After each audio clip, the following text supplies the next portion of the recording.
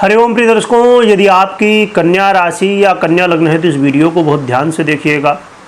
इस वीडियो में हम समझने वाले हैं क्योंकि जो चंद्र ग्रहण पड़ने जा रहा है 7 सितंबर को, इसका प्रभाव कहीं न कहीं काफ़ी ज़्यादा है। ये ग्रहण काफ़ी ज़्यादा बुरे परिणाम देने वाला बन सकता है। तो कन्या राशि के अनुसार क्या अच्छा होगा कि बुरा होगा, क्या नियमों का पालन करना होगा, क्या बचाव होगा, सभी कुछ जानेंगे। सबसे पहले हम थोड़ा सा ग्रहण के बारे में समझ लेते हैं संक्षेप में, फिर हम क्या प्रभाव मिलेगा और फिर क्या उपाय करने हैं ये भी समझेंगे। प्रिय दर्शकों, ये ग्रहण 7 सितंबर को पड़ने जा रहा है और ये जो ग्रहण है तो 7 सितंबर को तो पड़ेगा ही, परंतु 21 सितंबर को फिर से सूर्य ग्रहण पड़ेगा। सूर्य ग्रहण और चंद्र ग्रहण दोनों ही एक महीने के अंदर पड़ने जा रहे हैं। अपने आप में ये बड़ी समस्या का सूचक है, तो इसीलिए हर एक व्यक्ति को सावधान रहने की आवश्यकता होगी। और ये ग्रहण 7 सितंबर को रात्रि में पड़ने जा रहा है। रात्रि में 9:57 से ग्रहण प्रारंभ हो जाएगा और 11:42 में ग्रहण का मध्य होगा, यानी बीच होगा। और ग्रहण का जो मोक्ष है, यानी कि ग्रहण समाप्त कब होगा, तो रात्रि में 1:26 यानी कि 8 सितंबर की तारीख चालू हो चुकी होगी। तो लगभग 3 घंटे से अधिक का समय है और ये ग्रहण जो है तो काफ़ी ज़्यादा बड़ा समय लेने वाला है और इसका प्रभाव भी उतना ही ज़्यादा रहने वाला है। और ये ग्रहण का जो सूदक काल होता है वो दोपहर में मध्याह्न काल में 12:57 से ये प्रारंभ हो जाएगा। तो इसका भी प्रभाव रहता है। सूदक काल में नियमों का पालन करना चाहिए। सूदक काल से ही नियम प्रारंभ हो जाते हैं, जैसे कि मूर्तियों को नहीं छूना चाहिए, शास्त्रों का नहीं छूना चाहिए और मंदिर के अंदर भी नहीं जाना चाहिए, है ना। तो ये सभी नियमों का पालन, और बहुत सारे नियम हैं जो कि इसमें हम बहुत ज़्यादा विस्तार से बात नहीं करने वाले। खासकर गर्भवती माताएं बहनें हैं उनको बाहर नहीं निकलना चाहिए, उससे तो किसी को भी नहीं निकलना चाहिए, खासकर ग्रहण के दौरान।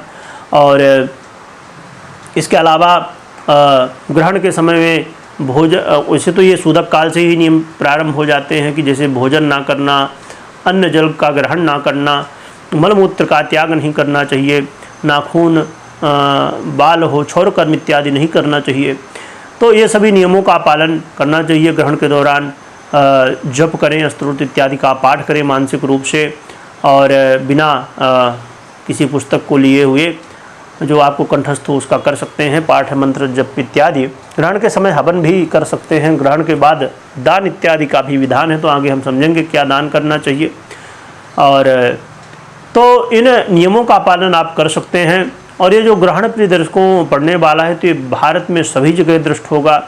और देखा जाए यदि अन्य देशों की भी बात करें तो यूरोप और संपूर्ण एशियाई देश जितने भी हैं सभी में ये ग्रहण का प्रभाव होगा, जो कि आप YouTube में देखेंगे तो आपको बहुत सारी वीडियो मिलेंगी जिसमें डिटेल में हमने भी चर्चा की है कि किस किस देश में ये ग्रहण पड़ेगा।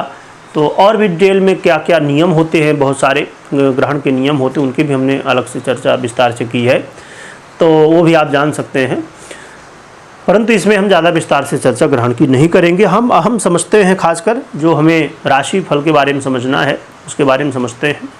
प्रिय दर्शकों, ये जो ग्रहण है ना, ये कुंभ राशि में पड़ने जा रहा है और ये जो ग्रहण है ये पूर्वा भाद्रपद नक्षत्र, जो कि देवगुरु बृहस्पति का नक्षत्र कहलाता है, तो इसमें पड़ेगा। और ये कुंभ राशि में जब ग्रहण पड़ेगा तो राहु पहले से ही है, जिससे ग्रहण तो पड़ेगा ही चंद्र ग्रहण, साथ में ग्रहण योग भी बनेगा। इसका भी प्रभाव इसीलिए और भी ज़्यादा बुरा देखने को मिल सकता है। और ये जो ग्रहण कन्या वालों के लिए देखा जाए तो आपके षष्ठम भाव 6वें भाव में पड़ने जा रहा है और चंद्रमा आपके आय भाव के 11वें भाव के अधिपति हैं।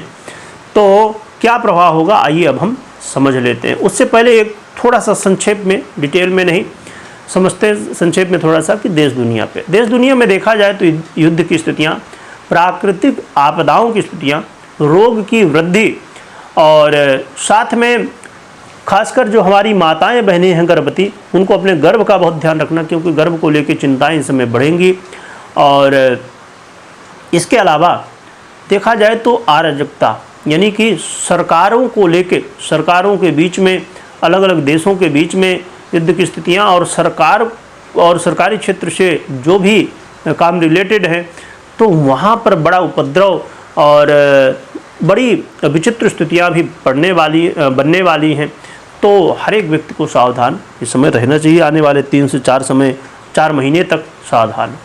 कन्या राशि वालों के लिए देखा जाए तो आपको सबसे ज़्यादा ये ध्यान रखना है कि स्वास्थ्य को लेके आप सतर्क रहिए। स्वास्थ्य को लेकर चिंताएं बढ़ सकती हैं। अपने खान पान में संयम रखिए, योग प्राणायाम करते रहिए, क्योंकि स्वास्थ्य को लेकर काफ़ी चिंताएं इस समय बढ़ने वाली हैं। रोग की वृद्धि हो सकती है और शत्रु भय भी रह सकता है। शत्रु को लेकर चिंताएं और फाइनेंस को लेकर चिंताएं बढ़ सकती हैं। कर्ज लोन के यदि आप ने पहले लिया है और कर्ज लोन लेना है अभी, तो इससे भी बचना चाहिए। और कर्ज पहले से चल रहा है तो इस समय चिंताएं बढ़ सकती हैं। और लोन इत्यादि भी आपने लिया है तो उसको लेकर चिंताएं बढ़ सकती हैं। फाइनेंस को लेकर सावधान रहना चाहिए। पैसे के लेन देन या ऑनलाइन हो या ऑफलाइन हो ट्रांसफ़र करना है तो वहाँ पर आपको ट्रांजैक्शन करते समय ध्यान रखना चाहिए। आपसे जो बड़े हैं, आपके बॉस हैं, उनके साथ अनबन की स्थितियाँ भी देखने को मिल सकती हैं। और यहाँ पर देखा जाए तो बहुत ये ध्यान रखना है कि कई बार आपका जो आत्मविश्वास है वो भी कमज़ोर होता हुआ दिखाई देगा। तो आत्मविश्वास को बनाए रखिए। और व्यय की स्थितियाँ, अधिक खर्च की स्थितियाँ भी बनेंगी। कोर्ट कचहरी के मामलों में यदि आप पहले से हैं या ऐसी कोई स्थितियाँ नहीं बनने देना जिससे कोर्ट कचहरी के मामले बने, तो कोर्ट कचहरी को लेकर चिंताएँ बढ़ सकती हैं। कोर्ट कचहरी को लेकर आपके विपक्ष में स्थितियाँ जा सकती हैं। तो आपको बहुत सतर्क रहने की आवश्यकता होगी।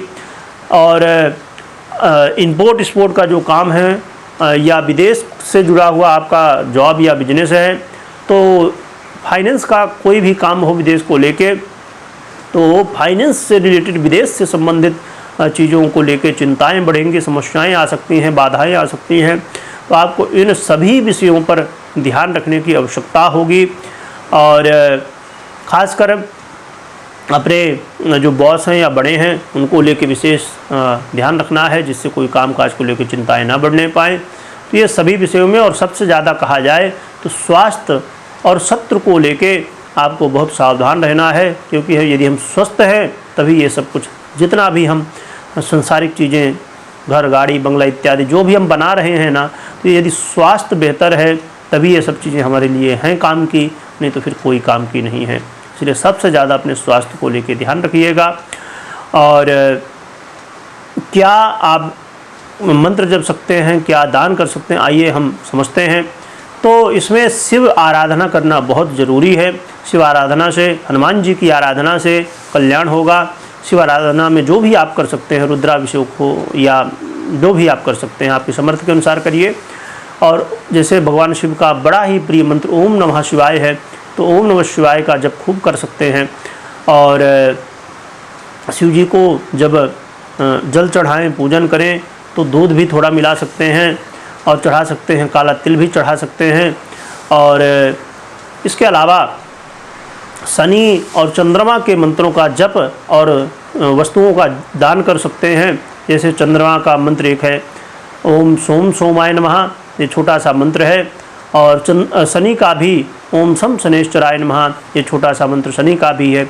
बाकी और भी मंत्र हैं, पौराणिक, वैदिक, तांत्रिक इत्यादि सभी, तो उनका भी आप जप कर सकते हैं। और रही बात जप कितना करें, तो कम से कम एक माला, ज़्यादा से ज़्यादा जितना आप जप सकते हैं, जितना लाभ ज़्यादा लेना चाहते तो जप सकते हैं उतना ही। और दान की हम बात करें तो आप चंद्रमा से रिलेटेड दान कर सकते हैं। जैसे कि दूध हो गया, कपूर हो गया, चावल हो गया, है ना, घी हो गया और दही हो गया, सफ़ेद वस्त्र, सफ़ेद पुष्प, सफ़ेद गाय, कपिला गाय जो है, मोती का दान कर सकते हैं यदि आपके लिए संभव हो, है ना। तो ऐसी सभी चंद्रमा से रिलेटेड चीज़ों का दान कर सकते हैं। और शनि से संबंधित भी जो चीज़ें हैं उनका भी दान कर सकते हैं। जैसे काला तिल हो गया, है ना, और उड़द हो गया, काला होता है जो, और चप्पल, जूता काले जो होते हैं, छतरी, श्याम वर्ण के जो वस्त्र होते हैं या फिर काले वस्त्र मिले तो उनका दान कर सकते हैं। तेल का दान कर सकते हैं, है ना। तो ऐसी चीज़ों का आप दान, और गाय में भी आप, जो काली गाय होती है ना, तो उसका भी, या श्याम वर्ण की गाय होती है तो उसका भी आप दान कर सकते हैं। तो ऐसी सभी चीज़ों का इनका आप दान, बाकी जो भी आपकी समर्थ हो, व्यवस्था हो, ऐसा नहीं कि इन सभी चीज़ों का ही करना है, जो भी करना चाहें जितना भी आपकी समर्थ हो, या सभी चीज़ों का और भी ज़्यादा या कम मात्रा में भी ले सकते हैं आप, तो इन सभी चीज़ों का दान कर सकते हैं। और ये बात हमेशा ध्यान में रखिए कि आप अपनी पर्सनल कुंडली के अनुसार निर्णय लीजिए। अपनी पर्सनल कुंडली विश्लेषण करने या करवाने के बाद निर्णय लीजिए, मात्र गोचर के आधार पर नहीं लेना चाहिए। और कमेंट में ओम नमः शिवाय लिखिएगा, भगवान भोलेनाथ की जयकारा लगाइएगा। हनुमान चालीसा का भी पाठ कर सकते हैं आप, तो और भी बढ़िया है। तो ये सभी कर सकते हैं।